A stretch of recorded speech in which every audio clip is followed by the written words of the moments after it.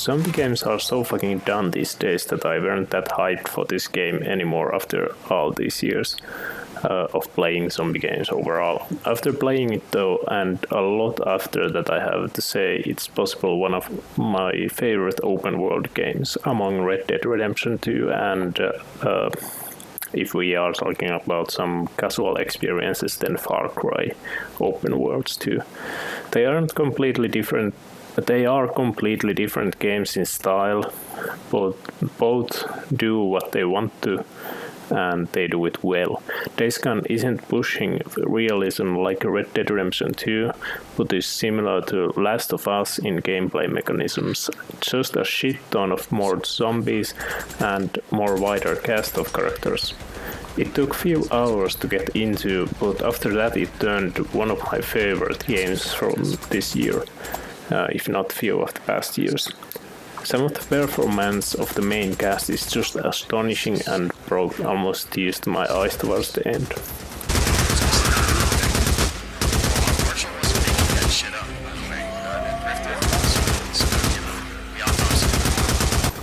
World is built from 4 large areas with their individual camps and environments. Dynamic weather and the way it affects the infected and your ability to maneuver around are astonishingly well done. Infected are rage-filled and even large packs can separate to 2 if they spot other NPCs or animals in the wilderness. It looks and feels very real how they behave. Looting stuff is pretty important in this game, and it's made simple because you will know pretty easily where you will find every crafting materials there are in the game towards the end. It's a dumbed down system from more realistic games to give you a possibility for easier crafting and not wasting so much time in looking up the items. You will still be running out of materials constantly, and I'm pretty cheap when it comes to materials in games like this. Last of Us and Evil Within, which told the gamers that they will be very material heavy and have a small amount of them, like Resident Evil games and such. I had always to leave literally tens of items in every area on those games. In this game, you just lose so much shit when you fight down literally hundreds, even thousands of infected at the times. Since they will kill you instantly when surrounded by just few of them, you don't want to be cheap out on items. Physics in this game are superb when it comes to the bike and running and rolling around. It's similar to Uncharted 4 driving sections in feeling of weight and different surfaces, but this time you get to do it more freely and a lot more. That's the last of them. Guess your days of setting ambushes around here are over. Hunting, gathering herbs, and killing everything you see are means that they make money, and money is individual credits to every camp.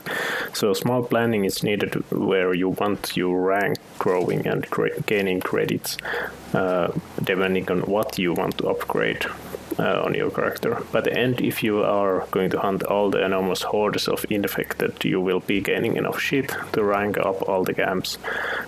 There's a ton of quests, or as the game calls, stories, and I actually prefer the story because all these things feel so real. All the needs of the people and everything just feel like they are just their point of views and not just simple fetch quests. They will radio you constantly to help out of them in different kind of tasks. Your basic maneuvering happens by foot or by a bike, which you upgrade after gaining ranks in certain camps. Upgrading the bike is necessary for your survival, since if you ride into a small group of infected and fuck up because your tires or gas being half empty, you're pretty much fucked. Same goes that you will need ammo packs, which you can store in your upgraded bike. There's a litany of weapons available also after gaining ranks, and oh shit, they feel good to use. Ripping off the slow motion aim from Red Dead Redemption with some cool lighting effects when using it, slaughtering horde after horde is very, very satisfying. Although you must run away, like, I don't think there's even a possibility of surviving in this game if you don't run away. And kite the enemies. Sneaking through enemy camps and stabbing everyone in the neck is also somewhat well done. It's similar to Assassin's Creed's and Last of Us style of hopping in the bushes and you are invisible to a certain point, drawing distractions to be able to move in for a kill and disappear again. It's what you think from this kind of games nowadays.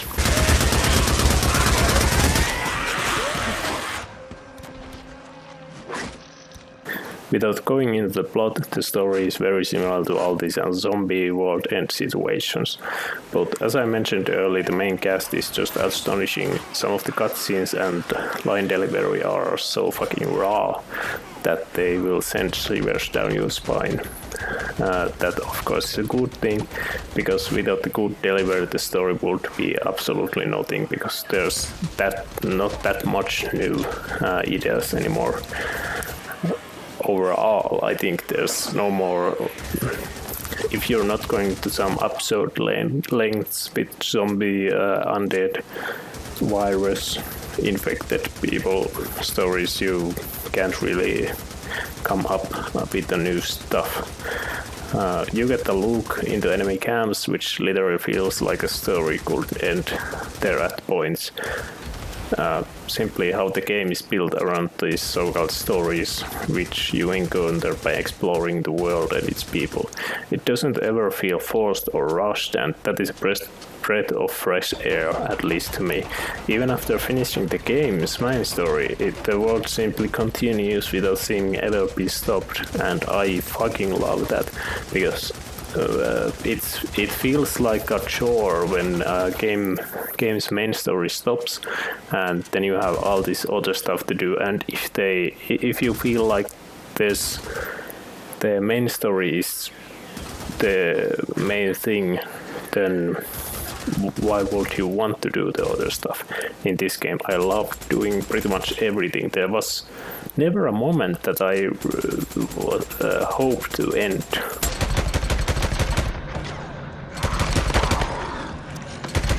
Different infected animals and humans without there being obvious hunchbacks or lickers. It's pretty grounded in its enemies. The sheer amount is the thing here. With humans, there are different groups that are basically fucking insane at points, drug addicts and such. But when we look at the current situation of our world, they all seem actually possibilities if a world would come to an end via a virus of sorts.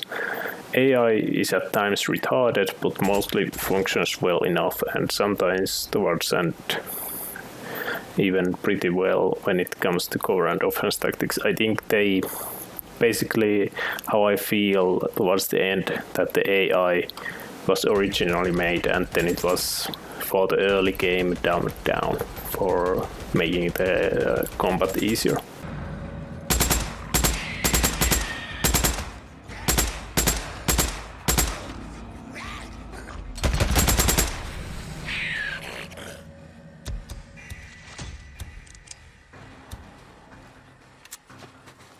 Few bugs here and there. I actually didn't find that many bugs as some of the people on the internet are making it seem to be. Once I fell through the world, other than that I can't recall anything from my 100% walkthrough. Controls are astonishingly well done, giving the crafting wheel that has many subsections which I thought would be a pain in the ass, but works pretty perfectly as the right stick sensitivity changed slightly when going to subsection, if that makes sense. As I mentioned, the bike feels so realistic to my experience of driving real motorcycles on snow, mud and wet surfaces. I can't stress enough how well it is done. Time for this studio to make a driving game. Like seriously, I remember driving a motorcycle this one winter, and I live in Finland, so we can have like 30-40 centimeters of snow, and it's just how the wet or frozen surfaces feel when you are riding a motorcycle. This game captures it pretty fucking well. I mean, it's so hard to describe because you are in the game, you are actually using the gamepad still. So of course it's not realistic in that sense, but the physics are just what make it so real.